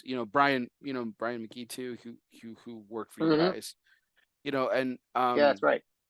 and you have this nucleus that's still there, which is really interesting. And then flip it on its head, and then you have guys like Mickey Peg who've gone off and done their own thing, and Hmm. and Hmm. it's you know when you think about, like, yeah, I mean, your absence of, like, was around a decade, in the cigar industry, Right. but you come back to some real wonderful familiarity, and I mean that had to Yeah. be that had to be insanely comfortable and reassuring, from your perspective. Yeah, I mean, it's nice to have that. It's nice to have that familiarity. And also, when I was away from it for a while, then, and you start something new with our art center. It was difficult for us to find the right, mix of people, that you have the right chemistry there. And I think it was like through that I appreciated and valued, the people that were still there in the cigar business, with with whom we were able to, create, a meaningful brand for people with CAO. So I think that that was definitely an appeal for me, is to try to get back into that kind of culture, um, knowing that that nucleus and that shared experience was there. So then you can always build upon that shared experience, even though it's never easy. You know what I mean? A lot of times people look, I'm sure, at the cigar business and say, "Oh, if he's doing it, I can do it," or "If she's Hmm. doing it, I can do it." Um, but it's never as easy as that. You know, Hmm. it's a lot of, it's a lot of ups and downs, a lot of trials and errors that you have to go through. And it's always a learning process. Even now, it's a learning process. It's the same, but it's different. Just because the industry is different, where we are is different. Sort of starting you're starting afresh and anew. That may know, I mean, you obviously have done a wonderful job of doing background work before we got on, so but I assume most people don't. Hmm. you know so when you don't, then you have to kind of start afresh and anew, and that presents a whole new set of challenges. Well, I've had the opportunity to interview Nick Perdomo on a number of occasions, and one of his bragging points that he Hmm. always has, and it's pretty interesting. He always brags, and rightfully so, that, like, his average employee has been with him for like 20 years, and um and that's fantastic. But you know, if it weren't for the sale of CAO, you know, and the birth of Crowned Heads and now Oz Family Cigars, you could almost say the same thing about the CAO family. I mean, I'm sure you've got some new folks too. Like I know Right. Andy Yaffe is a new addition within the last year for you guys. Mm-hmm, But mm-hmm. you have a Yeah, lot of he's core great. people that are like, if this had been one continued history, even though it kind of is, Mm-hmm, mm-hmm. you would have that same average point, you know, I mean, of nearly 20 years of experience of all Yeah, together. I Awesome. haven't thought about that. I haven't thought about that until you mentioned it right now. But I guess so. I guess you're right. I mean, look, I think at the end of the day is, you know, you want to, I mean, again, you want to have a good reputation, and you want to like do things the right way, and you want to treat people with civility, and you want to treat people like you feel like you'd want to be treated as well. And also, the older I get now, I mean, you just never know what somebody's going through, so you want to have a degree of like understanding and empathy towards people, because you know, I don't know, I may not know what everybody's going through in their lives outside of work. Uh, but at the core, if I know that they're good people and they're loyal people, that's the other thing, is that I've always been a really loyal person. I value that. In the cigar business, there's a lot of, you know, when you're having cigars made that for you in Nicaragua, Honduras, Dominican Republic, I've not on one occasion have I had any sort of like contract that I signed with these people. It was all Oh, based man. on like knowledge of them as people, their reputation, their honor, their word is their bond type is the kind of the dynamic in this business. I even look at it the same way with, same way with relationships with retailers, relationships with consumers. Um, you know, this is something that I feel like, you know, if we have a relationship, you know, I have a relationship with some retailers that go back a long time. And so, you know, I value that. And therefore, like, I think that to use that as a block, a building block, I mean, your building block should already be higher Mhm. because of that shared experience of working with one another. That, that I feel like that, you know, that's important and that shouldn't be undervalued. Um, you know, and sometimes now that I'm back in the business, like there's some relationships, like I mentioned Craig Cass earlier, but I'll mention him again, is that like because of the fact that we have a relationship and we personally like one another, that Craig is like, okay, let's help you kind of like grow with our smokers and introduce them. And that goes a long way. I mean, Yeah. that's appreciated more than he probably realizes. But I think it's important, and I think it's important. I mean, it's almost like, I don't know. It feels like that mutual kind of respect and honor, you know, shouldn't be just left by the wayside. It should be something that you work together on to like kind of, um, to rebuild that relationship, uh, you know, again.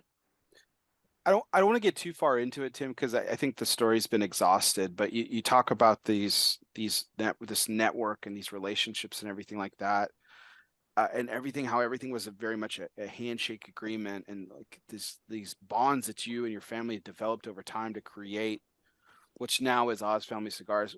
I mean, you know, I mean, just to speak personally, was it? I mean, because I know you guys had a couple of hiccups, unfortunately, when you came back and you were able to pivot to Ernesto's factory and everything.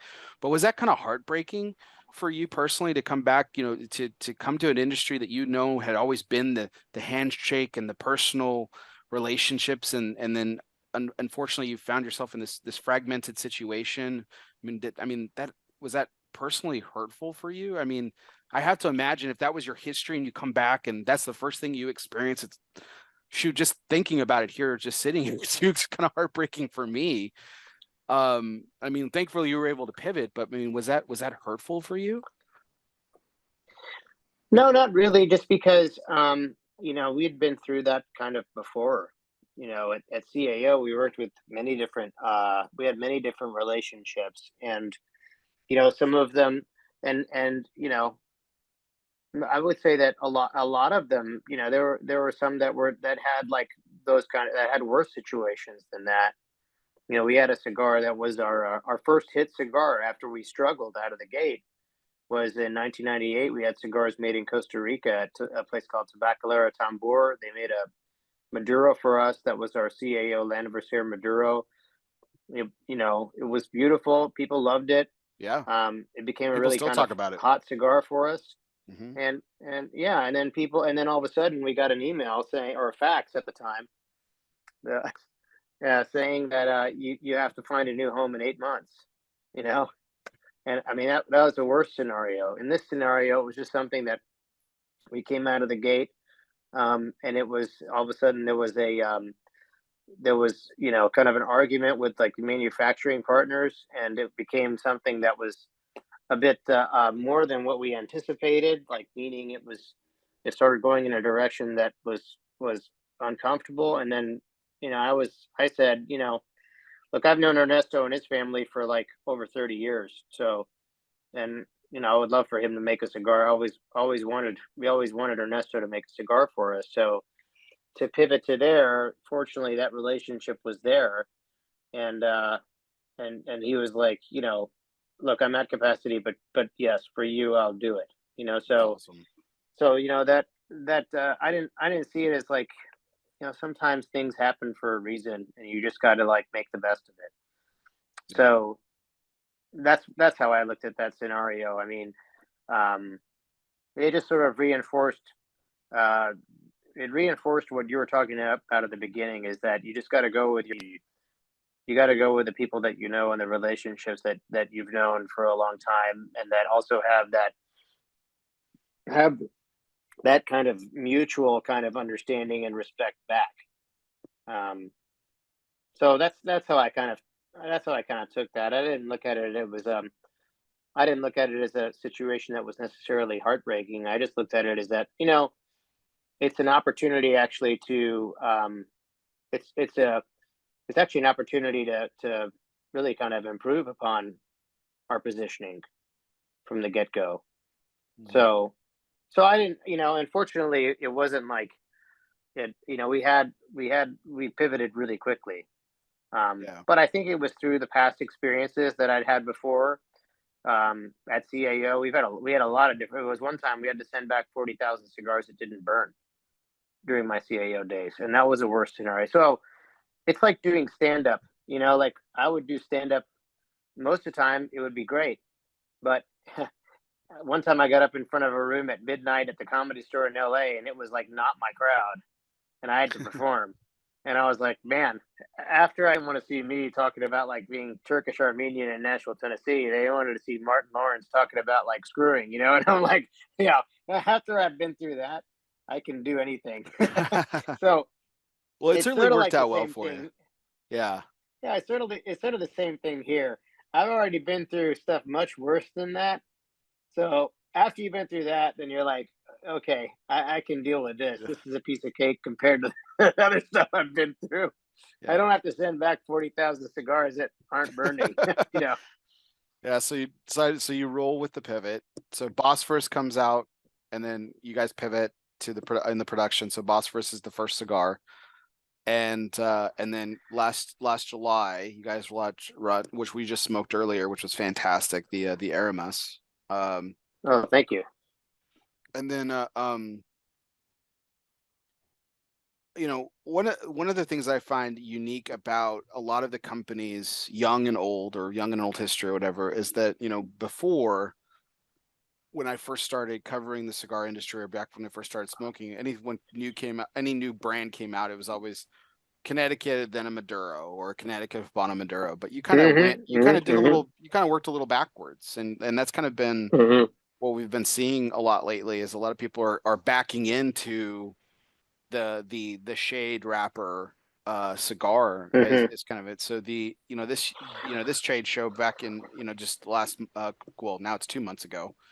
You come out with the first shot, and and Yeah, tell us a little bit about this particular cigar, which I smoked with you at the trade show, and I thought was wonderful. yeah. Wonderful, wonderful. Thank you, thank you. Well, I mean, look, back in the CAO days, our two main horse cigars were CAO Gold and CAO Brasilia. CAO Gold had a Connecticut Ecuador wrapper and mild Nicaraguan fillers. So we like to say, look, this is a mild Nicaraguan cigar. So it's mild to medium profile, but it has a lot of delicious flavors in it. And people loved it. It was my dad's favorite cigar. Um, so with the first shot, we had a line that we did. We did these synesthesia cigars, which painted Mm. around this concept, which has to do with when I say you say a number to somebody, they think of a color that comes to their mind, or a musical tone, or a flavor. And we were working on Bosphorus, and one person at the factory I was working with said, "I have synesthesia, but it's more around flavor." And I was like, "Okay, that's interesting." My dad painted all around this, and he liked the number pi because it was infinite. And my dad's like, "I will create my own synesthesia. I will make three yellow. I will make one red, and so on and so forth." So I said, "All right, so can we make a cigar that looks and tastes yellow?" Yellow. And that was Pi Synesthesia Yellow. And anecdotally, because we only made a limited number of these, so I would be on the road though, and people would say, "I really love this cigar. I love the flavor. I love." So I that actual thoroughly blend, enjoyed it. Yeah. we yeah yeah that blend is Versat basically, except from a Oh, higher priming, a higher okay. prime. Yeah, exact same blend, just a higher priming wrapper. So, and this Mm. is the synesthesia cigar here. So the band you have on it has like the different colors that are there, and if I direction, let me see if I can't turn it properly. Um, my dad would start with yellow, and then go to, from yellow to red to, this is an actual piece of his art that we put on the band. Oh, that's So awesome. the different Morse code, the different codes on them represent his own synesthesia. So 3 is yellow, 1 is red, 4 is brown, that kind of thing. So the idea is, making a cigar that tastes like that color. Okay. But yeah, so the first shot basically is the Pi Synesthesia yellow blend, but just with a higher priming wrapper that is Connecticut Ecuador, because we just thought that that higher priming wrapper is being a more of a, tannish color as opposed to banana yellow color, yielded a richer flavor with a bit more depth. Interesting. So Okay. so that's what we did for the first shot blend. I think it's really good, and hopefully we'll be receiving it at any moment now that we can start shipping it to stores. What's the etymology of the name for SOT? Where does that come from? Yeah. So first shot, we wanted it. Bosphorus harkens Bosphorus Strait that goes through Istanbul. Aramas is inspired by Mount Ararat in Armenia, and Fursat, it means opportunity in Turkish, and it kind of is inspired by the imagery around the Statue of Liberty. It being the land of opportunity.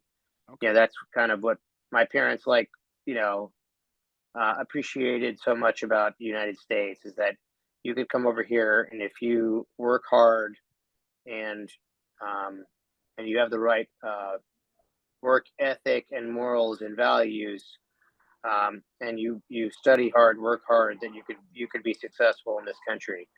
Awesome. So that's why we wanted to kind of utilize that sort of that word to kind of reflect the symbolism around the Statue of Liberty, and the fact that the United States is still the greatest country on earth, and it's the land of opportunity.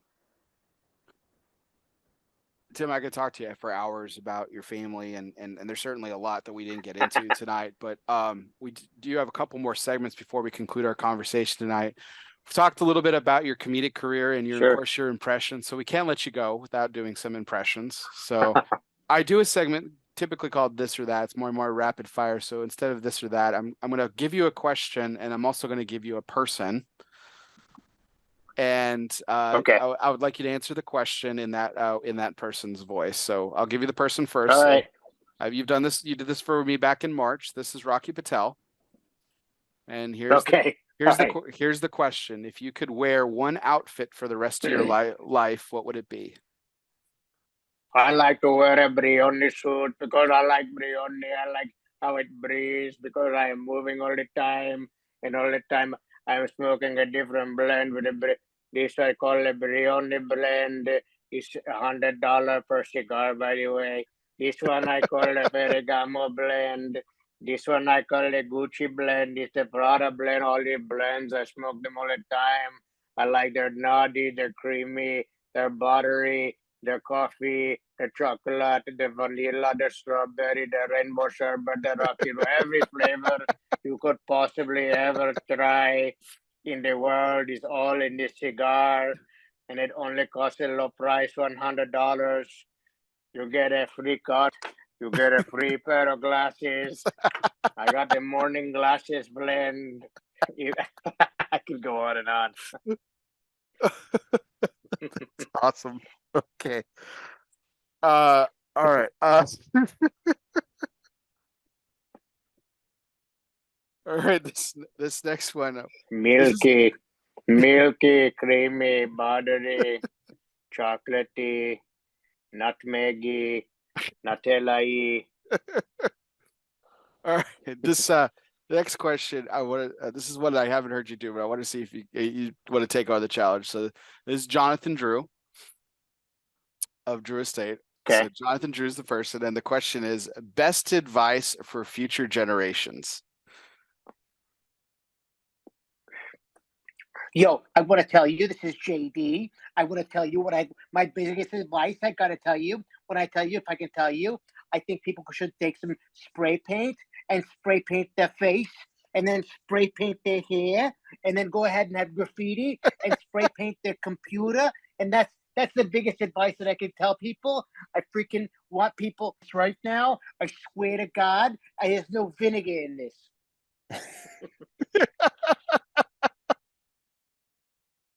Oh man, that's I had the opportunity. Tim, don't steal my vinegar. Don't steal my vinegar, Tim. It's my vinegar.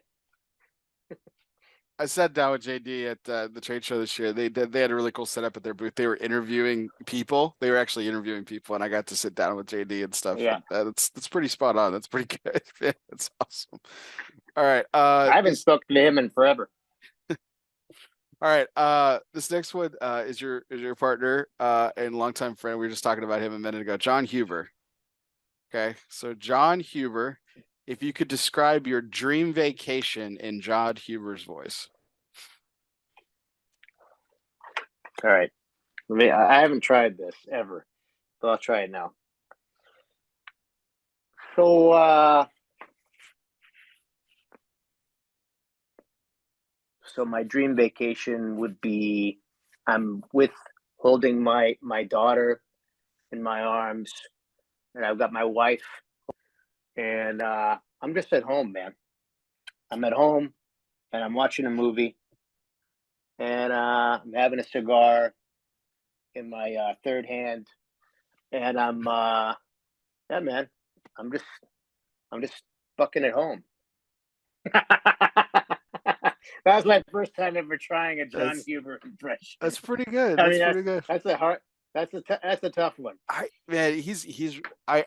could listen to John talk for hours. And just because he has this way of taking really sensational things and simplifying them to your point a second ago.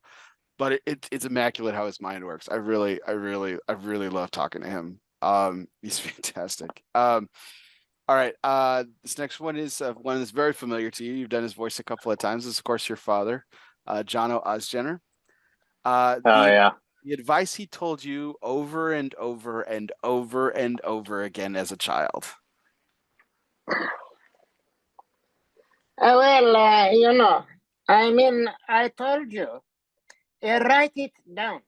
Why are you not writing? Einstein wrote it down, and you are no Einstein. Write it down. When I am telling you something, you must write it. Somebody else writing it down. Very important. I mean, you need to take an order. Write it down. Why are you not writing it down? Write it down. And talk is cheap. When you are talk, enough talk. Action. Where are the orders? That's awesome. All right. We're gonna do the last one here. So this would be Charlie Tarano. I know you a long time. You guys had a long history of working Okay. with him. So Charlie Tarano. Um, and your favorite musical or acting performance on stage that you've been to. No, no, no. Let me be clear. At the end of the day, my favorite. It's funny that you say that to me, man, because I start thinking about Al Pacino and when he says to the girl, he says, "You look like a lizard," and he goes like a with his tongue like a. That to me reminded me of my childhood when my father, God rest his soul, told me that I look like a salamander. I look like a salamander. I said, "What? How could I look like a salamander?" I said, "No, no, no. Let me be clear. At the end of the day, I look not like a salamander, but I look like a monitor, like a large lizard, Dad." And he said to me, he said, "Charlie, Charlie, you look."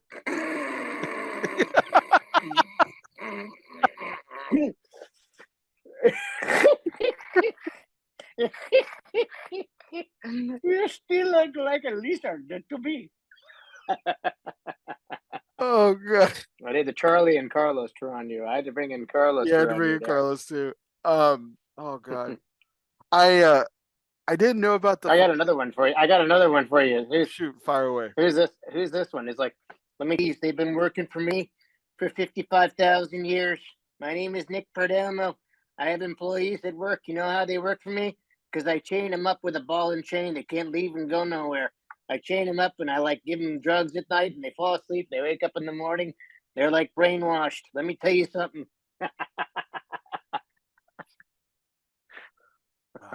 Oh, I going back to Charlie Tarano. I didn't know about the falling asleep thing until I happened to be in town. Unfortunately, like it was a couple months after Carlos Senior had died, and I just happened to be in town with Coop, and uh, we we got invited to come to the memorial service that they held for him. And I was there, and very very very heartwarming stories, of course. And Charlie gave a wonderful eulogy. It was very touching. But there were parts of they were very funny. He was talking about the falling asleep bit, and it was all I could do to just like bite Yeah. my lip because it was very somber. It was a very somber, obviously, time. And there were a lot of very heart tugging and heartwarming stories. It was very, very heavy. And he laid in some of those stories about him falling asleep on the phone and how someone would have to go to the other room to wake him up or something like that, or call him on an Yeah. Yeah. Yeah. Yeah. oh my Yeah. gosh. Oh man, it killed Oh me. yeah. Yeah. He was famous for falling asleep Oh, it's crazy. for sure. Yeah. Good stuff. Well, Tim, thanks for being a good sport. Really do appreciate that. That was Sure. that was awesome. My That was pleasure. awesome. So we just have a couple more questions to conclude our night. We call these our fun segments, obviously. So this is our next segment, which is called Everybody Eats, which is brought to you by Postania Cigars. If you always make sure that your serving style is bigger than your appetite, everybody will always get theirs. Postania Cigars is more than just great cigars made by cool people. They embody an attitude of gratitude and grit. With Postania, everybody eats. Um, so given the we were talking, you mentioned how your family's cuisine was very similar, just because again the area of the world that they both grew up in and everything. But I always like to ask my guests one of three questions. But what was like your quintessential family dish? Like it was very like you grew up eating it. Like it was always something that was prevalent in a big family and important meals. Like what was that dish and like what did you like about it?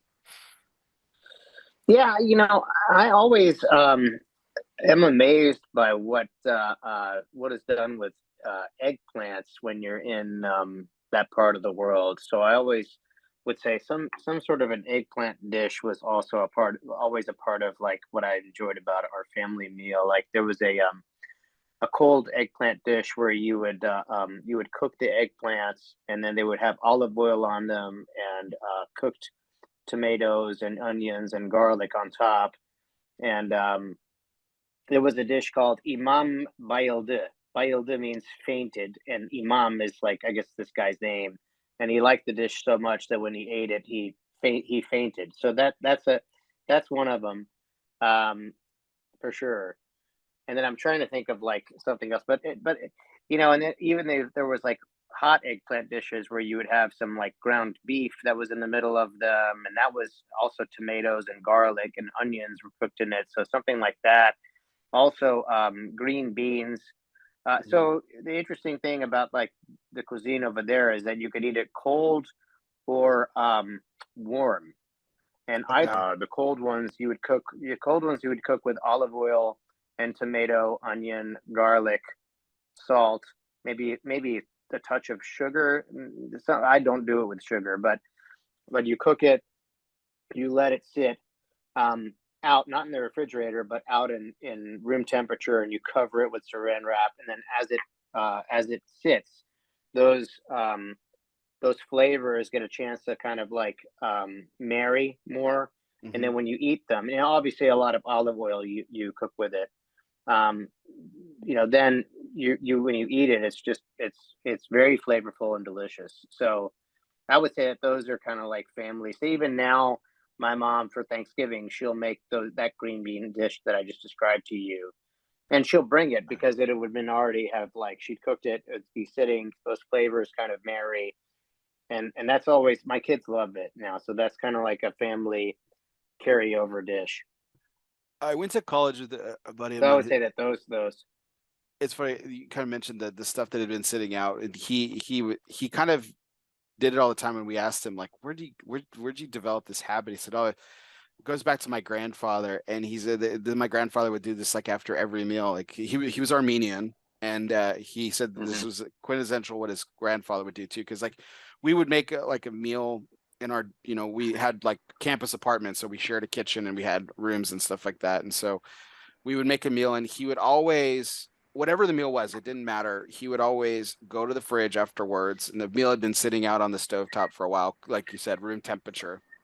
He would go to the fridge, he would get a tomato, go to the cupboard, get an onion, and he would sit there and just eat off the stove, and he'd like cut off pieces of onion and tomato and like eat whatever we had just made with like bites of like raw onion and tomato.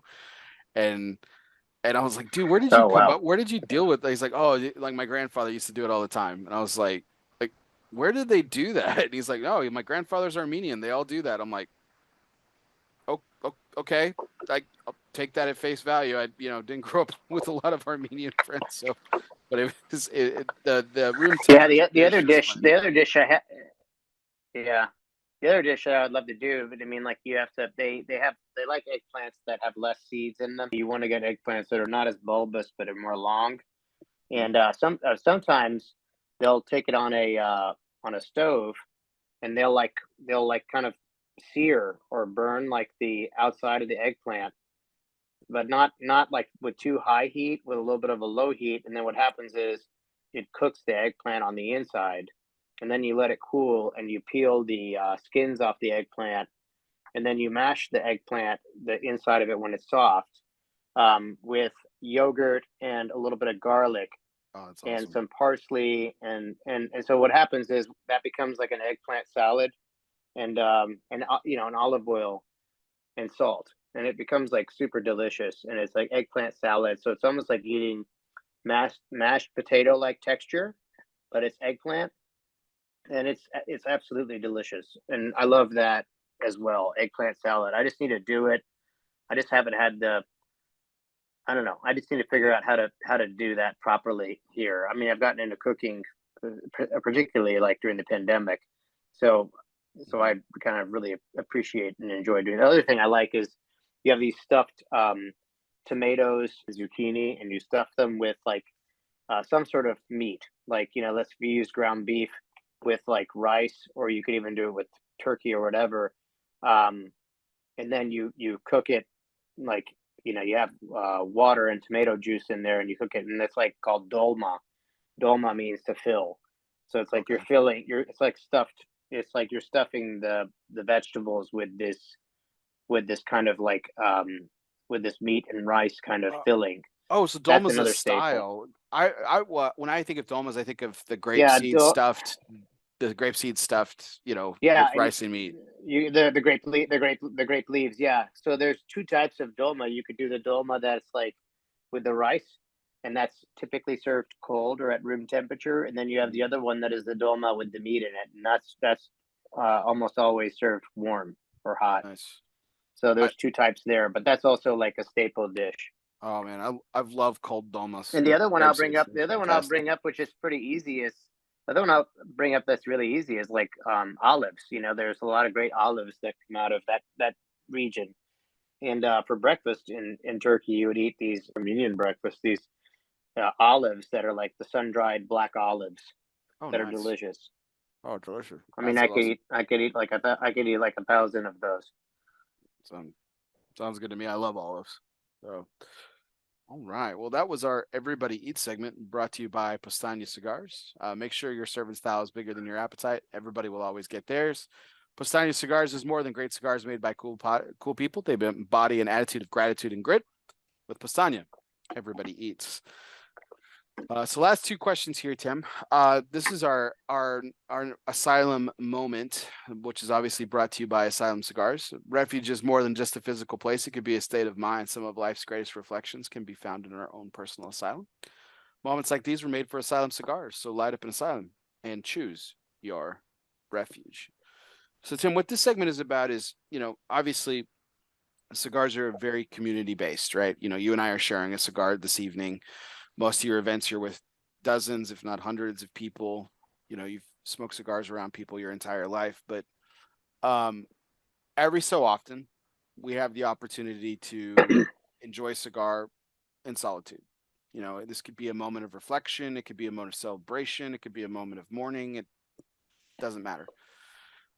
I'm sure you've had dozens of these in your lifetime, but what's a moment that comes to mind where it was just you and the cigar? What was that moment about, if you can remember, and what were you smoking, if you could remember? Yeah, I mean, it's there's a friend of mine who is he's an author. He's a big cigar smoker. And he's written really good. Funny enough, we had a segment before about presidential novels. So this gentleman's name is John Meacham, and he's written biographies Yeah, about George W. Bush Bush. and Thomas Jefferson and Jackson, and so and he smokes. He doesn't drink. He smokes cigars. That's his vice. And I always thought that cigars can be like a great stimulant when you're wanting to get work done. So um, when you really want to like focus on something and smoke cigars. So just this past Friday, I was being very productive, and I smoked a couple of our Bosphorus, and I smoked our Aramas while doing it. Um, and so that was probably the last moment of solitude I had very recently, where I Nice. was like, okay, I've got a whole bunch of stuff that maybe I'd been putting off that I needed to get done, and I found that I could have the focus to do it while smoking a cigar and having a water, or if it's the morning, I'll have a coffee with it. There was another time that's maybe funnier than that. That the first time I smoked a cigar, um, my dad had this humidor. That in the humidor at the time, this was like, gosh, this might have been in like the late '80s. He had Hoyt Monterey and punches, because that's what was popular then. And he was out of town. It was when the movie like Amadeus. My dad loved classical music and had a deep appreciation for it. So did I. And so I Mhm. was watching Amadeus. He was out of town. It was the winter in Nashville. It snowed, and I put on a robe. I put on Amadeus. He had like a small liquor cabinet where he had like a bottle of Jack Daniels. So I said, "Oh, I'll try this Jack Daniels with some ice." And then I sat down. I would just lit up a Hoyt of Monterey. Not that was made in Honduras, I think. And I started watching Amadeus, and as I smoked it and drank the Jack Daniels, I felt this wave overcome me, and it was a wave of nausea. I had to run outside and throw up in the snow. So that was my first experience smoking a cigar Oh man, in solitude. it's funny you mentioned the Hoy de Monterey, the Excalibur, which is a milder cigar, the Hmm. Claro, not the Maduro. The Excalibur, it's a Connecticut shade wrapped cigar, Ecuadorian, and man, it's a lighter cigar, but for whatever reason, and I still love it, but that cigar has some thing about it. There's some leaf, some varietal in it that just gets me every time. And I mean, I don't puke from it, but man, it gets me buzzing, man. It is crazy. But to this, I mean, I'll smoke a La Flor Dominicana double Ajero for breakfast and it won't be a problem. But if you light up an Excalibur, I'm just like, okay, it just gets my attention. It's funny you mentioned John Meacham. I have several of John Meacham's books. I have The Art of Power, his Thomas Jefferson biography. You mentioned that one. Oh, yeah. Um, you know, the American Lion, which is his Andrew Jackson bio. Like, so Yeah. I have several of his works, man. I've read through several of them several times because that's where that segment came from. I'm a presidential history junkie. Like Miguel Chodell and I Ah, we bond over that. And yeah, and I love John Meacham. I had no idea he was a cigar smoker, so that's cool. And that's cool that we share that. oh yeah. No, he's a big cigar smoker. I've smoked many a cigar with him. I haven't seen him in a while, Wow. but I mean, Oh, so you know him he's a big personally? cigar smoker. Yeah. He lives in Nashville. He moved from New York to Nashville. That's Gosh, right. I mean, maybe about 8 years ago at least, if not Oh, longer. But he always was he was a big cigar smoker, and I've smoked many a cigar with him, and he's a very nice guy. wow, I'm about to nerd out. This is insane. We'll have to take that offline. Okay. I'm a huge John Meacham He fan. actually he actually um he actually when he was writing a book about George H.W. Bush, he went to your neck of the woods to interview George W. Bush Right. and brought him some cigars. And I got a handwritten note from President Bush thanking me for the cigars. I should actually frame it. I Wow. got to find it first. I don't know what I did with it. Oh It's somewhere wow. in my house. That's awesome. But yeah, Oh, yeah. that's so So he cool. he he used the cigars as a nice kind of icebreaker when he was interviewing W. That's fantastic. Oh, that's so cool. Which cigar was it? Do you know?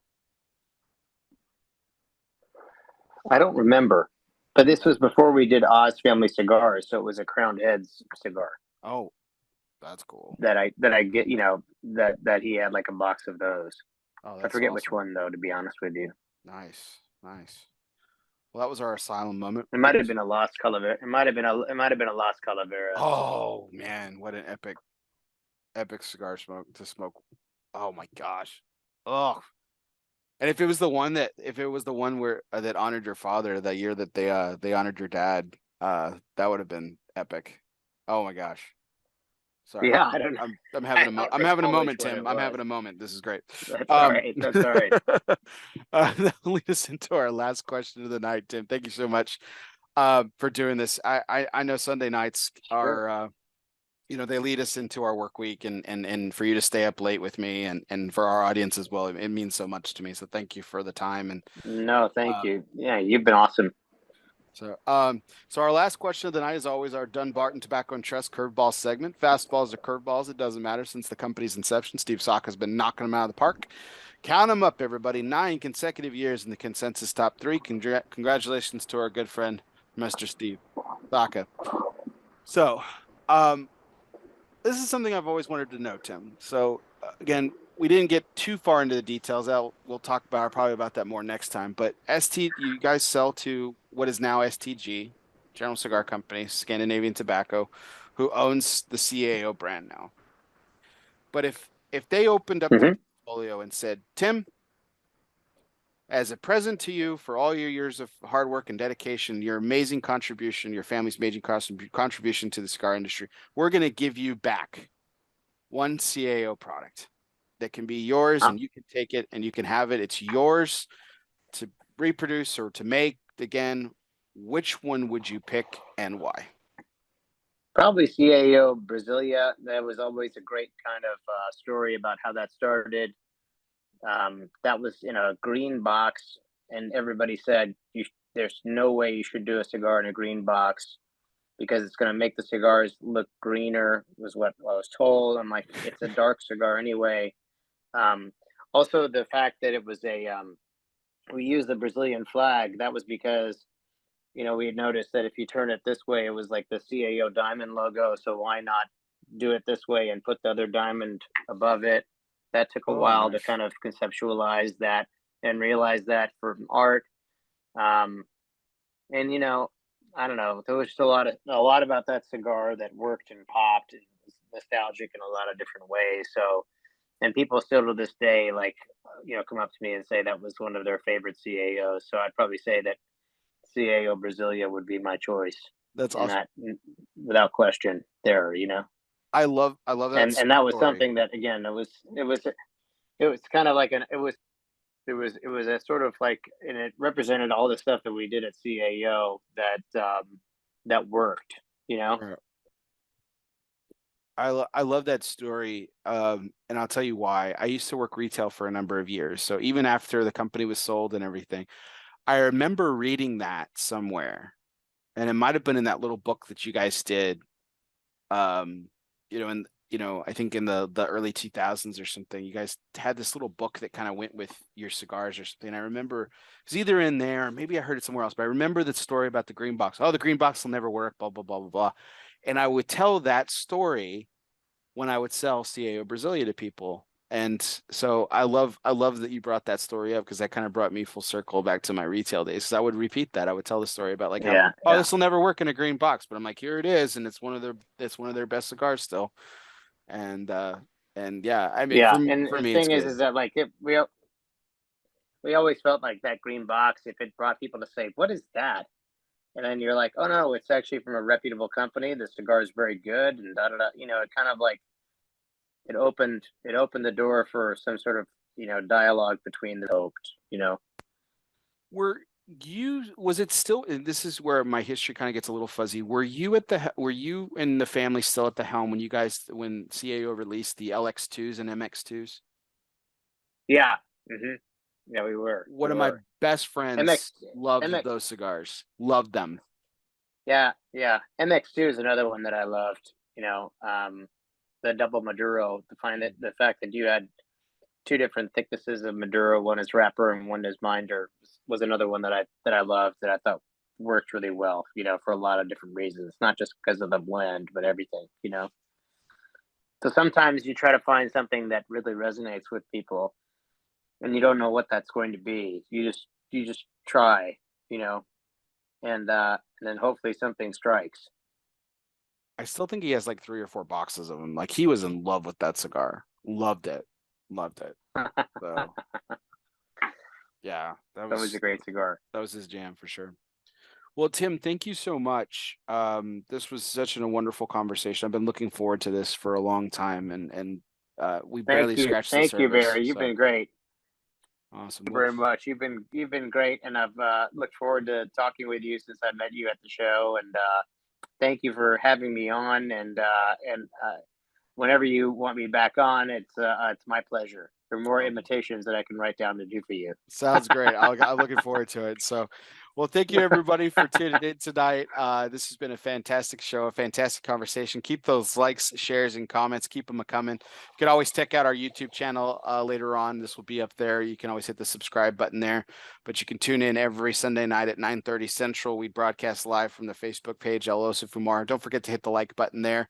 And of course, if you are subscribing to us and listening to us later on via podcast, whether that be on Apple Podcasts, Spotify, Google Play, Podbean, or wherever you listen to podcasts, including iHeartRadio, don't forget that our audio broadcast is courtesy of our good friends at Gran Habano Cigars. Honest, compassionate, great cigars. Be sure you download, subscribe, and review today. If you already are a subscriber, do me a favor, hit unsubscribe, but don't forget to hit resubscribe, because that actually helps my numbers. So please continue to do that. And listen, if you're going to leave feedback, do so constructively. So like the one person who left me a 1-star review, and didn't put a comment, that tells me nothing. You just think I suck. But I mean, leave some context. why you think I'm terrible. I mean, that's all I'm asking for, is just some You're constructive not terrible. criticism. So, but for everyone out there, we really do appreciate it. It has been my pleasure to sit here and have another wonderful conversation tonight. So without further ado, I'm Barry Duplessis, live from the Alec Bradley Lone Star studio of Azle, Texas. He's Tim Ozgener. Guess what, everybody? We'll see you next time.